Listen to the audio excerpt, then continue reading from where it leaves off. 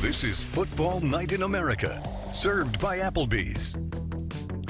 It's the dangerous double-digit week. It was Sunday number 10 of the NFL season, which usually is the week, as you know, Rodney, it's the week I start calculating the playoff picture. It's time to start looking at it that way. Mike Tirico, Rodney Harrison, Mike Florio, Tony Dungy. So let's think about the Steelers in the playoff picture for a second, because they opened 0-3, 1-4. We thought they were done, right? Here they are now. They've moved themselves into the playoff mix with a good run, shot at a wild card in the AFC. Did you guys think that they would be in this position at this point in the season after it started this way? I did not. With the defense playing the way it was early in the year, backup quarterback, I thought they had a lot of work to do. But you have to give Mike Tomlin credit. He's steadied those guys down. Their defense is playing so much better. Yeah, and you know, you look at Mike Tomlin, the job that he's done, just keeping everything kind of, you know, tight, Mike, despite Antonio Brown and all those antics that happened earlier in the season. But if you look at their schedule, they have to play Cleveland. Since I think they played Cleveland twice, Cincinnati. They have a chance. They have a legitimate chance. Yeah, they just got to stay within fighting distance of the Ravens. And, you know, Coach of the Year usually is something that's given out based on how well a team exceeds its expectations before the season. We got a couple of coaches this year that should get consideration for how they've adjusted to adversity that was unexpected. Once the season happened, you lose Ben Roethlisberger. You feel like it's all falling apart. And Mike Tomlin stabilized everything after that 0-3 start. It's amazing. They're 5-1 since then. You know what? And I think we have to give their front office some credit. They went out and got Minkah Fitzpatrick, gave up a first-round pick. And I think that told the team, we have not given up on this year. We're trying to win. And they've played so much better since he's gotten there. You know, not trying to like pat myself on the back or anything like that, but it reminds me of 2003 when I ended up going to the Patriots. Okay. And just the difference that, you know, this guy comes in, making plays, you know, giving that secondary, that defense, the entire team hope. You know, thinking about the offense. Stop it. We talked about. No, we were Coach just, knows what I'm talking about. No, and we do. We were just going to leave you on the pat-back island over there by yourself, and just because your comments spoke for itself. It was good. No, I'm just thinking about the game because there's no James Conner in the game, right? They're down a couple of running backs, and they only run for 42 yards in the game against the Rams.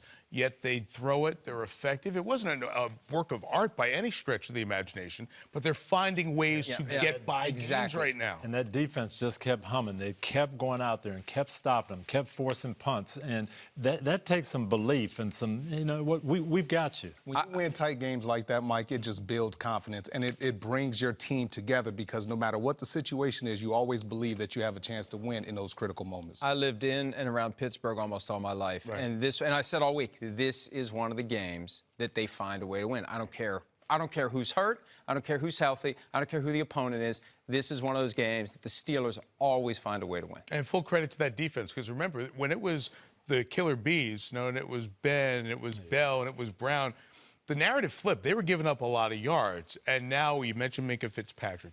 You mentioned Watt. Devin Bush, the first rounder out of Michigan.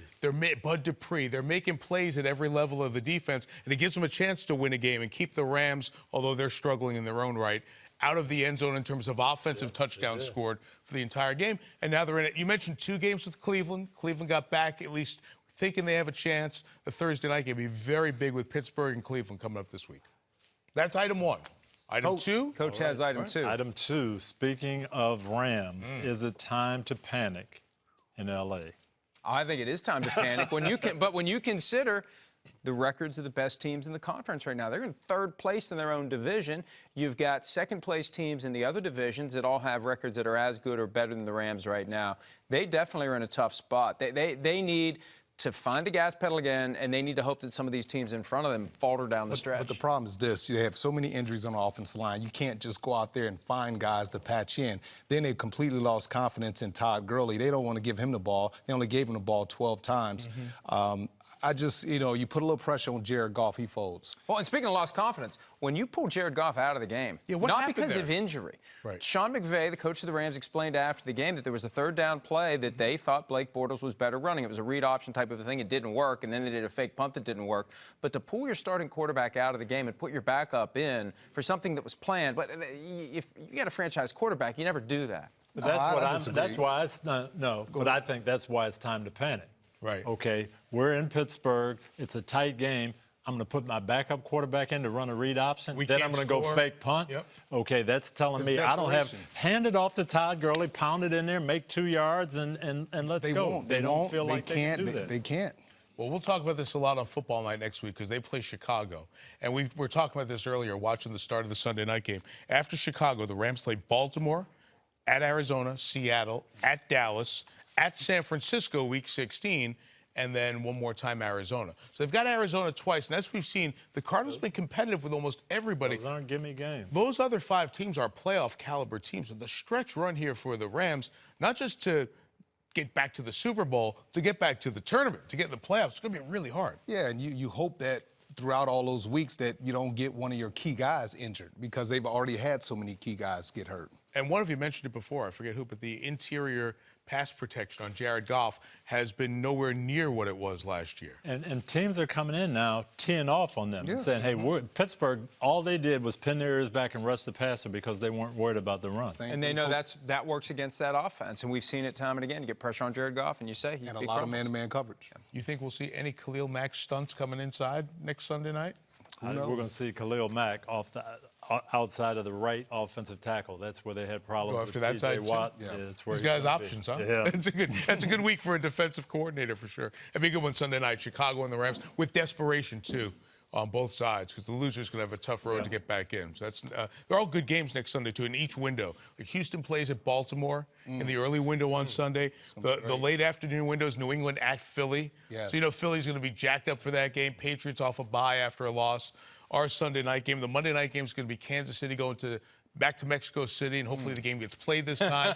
and it's against the Chargers, and the Chiefs are teetering here a little bit. So I think every window, and start with the Thursday night game with Pittsburgh and Cleveland, it's a really good week of watching football. There's a big game in each spot. All right, number 3, how do you explain the New Orleans Saints losing at home to the Falcons and failing to score a touchdown in the process? I thought the Falcons were done. When you start to make coaching changes, we're going to move Raheem Morris back to defense. And I'm thinking, you know, the season is over. And they came out and they played. They're on fire. I look at how the approach of the Saints, just like last week when Green Bay went out to L.A., you know, you just get to a point where you see a team on film, you don't take them serious, because a lot of times when I'm watching Atlanta, you look and say, guys not hustling, guys are quit.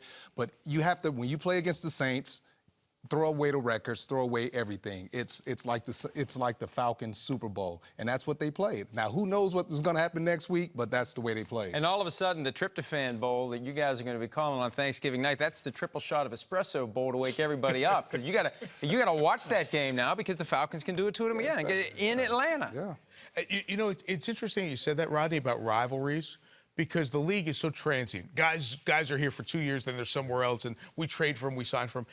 It doesn't feel like there are rivalries the way there used to be in the NFL. It's more about the fans and the historic. For the players, you know, many of them are just making pit stops. But for whatever reason, Atlanta and New Orleans has retained that over the years. And to your point, Atlanta came into that game knowing we can mess up New Orleans' season, which I found was fascinating. And their offense helped out their defense a lot for the first time in quite some time. They handled the ball, kept it, time of possession. But one other thing happened in that game. Andrus Peat got hurt, and it seemed like Grady Jarrett just took off then and dominated inside. And on the other side, Marshawn Lattimore, he got hurt. Right. And then once he got hurt, it limited what they were able to do in the secondary. I just asked you as a question about Atlanta. What does it say to you about what the players feel about the coaching staff? That you're coming off a bye. It was a one-win team. Mike, as you said, most teams would have made a coaching change at that point. Yet they played for Dan Quinn and that coaching staff today as hard as anybody would on a one-win season. But I have to disagree with you, because I played on a 1-15 team, and I would go out there, and my first mindset wasn't playing for my head coach. It was keeping my job, because as you lose, you know, the upper management, the general manager, the head coach, everyone's looking at, okay, who's going to quit? Who's going to stop giving full effort? So I don't necessarily think it was about Dan Quinn. I think it was more so about protecting your own self. And also, if there's a new regime that comes in next year, chances are the new GM, the new head coach, is going to look at the roster and say, yeah, we don't need this guy. Current GM, rather, may decide to keep you around, especially if you fought hard down the stretch. But that's what we expected from Atlanta anyway. It is. You know, at the beginning of the season, they're healthy, they're back, they added a couple pieces. Look at your boy Hooper.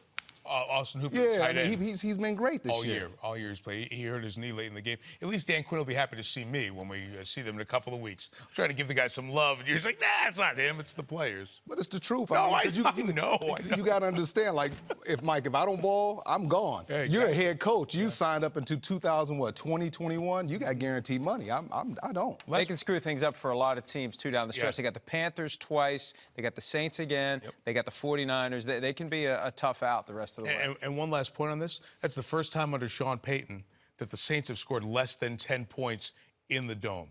That's just so odd to see New Orleans offense not get anything done. I did not expect that. Yeah. Did not expect it. Oh, me? Or you? That was the biggest upset in the league, a 2-touchdown underdog going on the road and beating a team, especially New Orleans at home. That place. Yeah, it was All right, guys. stunner. Chiefs only lead the Raiders by half a game in the AFC West. Think Oakland can catch Kansas City, Coach? They can. I'm worried about Kansas City because their run defense is horrendous right now. Patrick Mahomes really kind of erases a lot of that, but they've got to get going. They're not a lock to win these last few games. If I had to say, I would say I don't trust the Oakland Raiders. They're playing Oakland Raiders, right? Yeah. They're still there.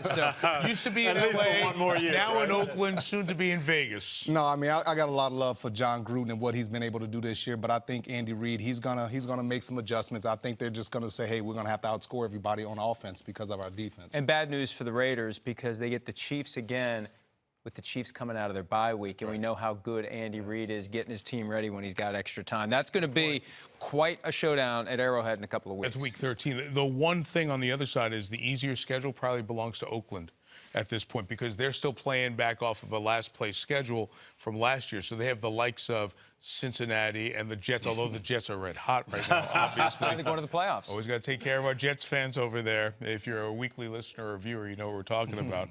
So Oakland has games like that still left on their schedule, and they close at Denver. So that'd be fascinating to watch. And the Chargers will play a big role in how this plays out with those two We teams. don't know which Charger team is gonna show up. Same as it ever was, right? right. Which is cool. Was that number 4? That was it. number Are we in 4. the speed round Speed, I already? love it. Can we do this? Can we Yeah. do the speed round and you not take like all day? Hey, look, I just asked Wow. a question. You said it's a speed round. it's kind of up to your answers. Wow. That's fine. That's good. Do you want to do the speed round? No. Do we have speed round music for Rodney? Maybe this There will we go. inspire you All for right. snappy, quick answers. Word association. Packers goal line stand. It goes quicker if you don't answer, Rodney. Classic. Classic. Good. In the Fortunate, no clear angle. Because I tell you what, it's one of those like that Texans-Jaguars game earlier this year. When you look at it, you kind of think with the context, the ball made it across, but there was no shot of it. Lucky. snow. Lucky. How about Carolina? 2 times this year, final play of the game was trying to go and score. Tampa, Thursday night, week 2, the last start for Cam Newton, and this one could be their playoff difference, even if they got one of the two. Was that That was fast speed quick enough for you, Rodney? Thank you. Browns beat the Bills. Word association. Browns victory. I could. About time. It's about time. I mean, it felt like it was due. They hadn't won a game at home all year. November 10, they finally get their first home Well, I win. told you guys over the drive over here this morning that I felt like they would win. Browns are going to win? Yes, sir. And I said week 1 of the season, they're going to be a roller coaster, and they're talented. And who did you talk to? That said, Jarvis Landry. Jarvis said we just need to play Everybody together more. needs reps. Everybody needs the coaching reps. staff, the That's players, where they are. everybody just needs reps. That's where they Just are. because they're new together? Everything's new. And look, the coach. Even in November, even in mid-November? Well, especially, but no. You're right, Here's that's a the good thing. point. That's a good And we've point. talked about this Roller coaster. recently. The grooming of Freddie Kitchens never happened. He got thrown into this job. He's minding his own business as a running backs coach that nobody ever flagged as a head coach. Nobody took him under his wing and taught him how to be a head coach. He really is learning on the fly, and he's learning through his mistakes. With big personalities around and a lot of attention as well. It was tough. I'm sorry I slowed this down, Rodney. Salvation would be my one word. for the salvation of the season. Okay, yes, it did. Colts lose to Dolphins. Word association. Ugly. And, if you're going to be in a playoff situation, you can't lose to the Miami Dolphins at home. You just can't. It's typical. I've been saying it all year. Colts play down to the level of the competition. They'll show up and beat the Texans, and then they'll lay an egg against, a team like the Dolphins. I mean, it's back and forth every week, and you can't get to the playoffs if you lose games like this. Disappointing to me. I think devastating. I think this is the one that may, when you look back at Keep him out of the and playoffs. just keep him out, yeah. And I know you guys, and look, we all have great respect for Adam Vinatieri. You guys love him. It's 11 kicks he has missed this year. He's with got to extra go, points and Mike. field There's a goals. point. There's a It's tough. point where You don't think so, Coach? Yeah, I had Adam 4 years. He didn't miss 11 kicks in 4 years for me. Yeah, I mean, it's been an incredible. He should get in the Hall of Fame right away, whenever that ends. Year, 2 years, 3 years. But this is they've played every game with a one-score margin this year, and it's really hurt them. I don't know much baseball, but it's looking like Willie Mays in the last year of his career. When he was with the Mets Yeah. last year, very last Guys, year. we all get older. We all get older. That's all I'm saying. We do, and one thing that happens when we get older, we slow down on the speed round. Apparently, the no call at the end of the Cards-Bucks game. That was the pass interference that could have been, maybe should have been. I'm going to say typical, because that's what we've seen all year. But what I can't understand, how do you turn one around with 5 minutes left? Inside of 2 minutes. Oh, no, it was. Yeah, it was Yeah. inside 2. So you looked at it, you turned it around, you said that should be called. We're going to put the ball at the 1 yard line. Then when it happens on the last play of the game, you say, oh, no, we're not going to do anything. That's what the rule was put in for. It's very disappointing. I call it dangerous because these calls, these bad calls, and this failure to intervene when you have a process for doing it, if you fail to do it enough, eventually one of these is going to be the one that really gets people upset, that really gets people outside of the sport who have power and jurisdiction over things of this matter. Other issues? Yeah, you don't want to have an agency that is set up that governs whether or not officiating has appropriate integrity in professional sports. And with legalized gambling spreading, that's my concern for the NFL and for all the major sports. It's going to be something akin to the SEC with stock trading, right? That's gambling. No, that's not the legalized Southeastern gambling. Conference. No, the Securities and Exchange Commission. Commission. Tarico, so I'm going to go with... It's so nice. Go ahead. Give us a word. Come on. Because you've had a long... Yeah, come on, you ready? I would say cowardly. Because the call? official... Yeah, man, throw the flag. The official, Obvious. not on New York. The official. On the official on field. Yeah, he's right there looking at it. and that's You can miss some things. You can miss some things when it's going live. When I've got that clicker and I can slow it down, I can't miss that. Yeah, the worst plus aspect. it was a deep pass, and he had plenty of time to watch the entire play Absolutely develop. should have seen it. The worst Absolutely aspect should of this entire process is we all notice those mistakes made on pass interference calls and non-calls like we never noticed them before. I'll call That's a it good point, Tarico. I'll call it Pandora. That's Pandora's box. That play is Pandora's box because of what happened. You know what Chris earlier. thinks Pandora's box is? He thinks it's a box full of Pandora. I'm serious. Well, he doesn't now. He thought that at one point. We had to make a Sims reference at some point. Why? I don't know. We're trying to keep this to a highbrow audience. You're going to see him in like 8 hours. Okay? Word association, Mitchell Trubisky's 3 touchdowns. An aberration. Okay. I don't believe it. Yeah, fluky. I'm going to say a relief. He Yeah. needed that. He needed that. Yep. Lion-infused salvation. Lions defense has not been good this year. Second worst defense in the league, but it may save Chicago's season to give them a chance. Lastly, word association, Jets beat Giants. Coach? Ho-hum. Oh, hum? See you later, Pat Shurmur. Yeah, well, yeah, because look, there's a lot of pride in that Giants organization. They love looking down their nose at the Jets, and to have the Jets stick it up somewhere else, I think that's gonna sting John Mara. And do the side by side, Pat Shurmur and Ben McAdoo. That's Exhibit A. Yeah. Just blow that up, and that's enough. Rodney? Jets beats Giants. No surprise there. No surprise? No surprise. Matt Casey, James Kaminsky, Oh. part of our key production team, our lifelong Jets fans. I will share congratulations. I will say of regional significance only. Because outside of the broadcast area of WNBC Channel 4, our NBC affiliate, very few care. But we care about you, and we thank you. We thank you for joining us. Rodney, the speed round was shorter than last week. It was better if we get rid of one person. Thank you. What are you talking about? Man. Me? So I hope you join Mike Florio, Tony Dungy, and me next week for our Sunday wrap-up.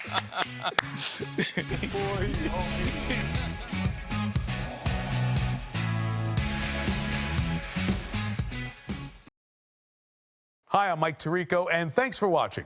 Make sure to hit subscribe for the latest news and highlights from NBC Sports.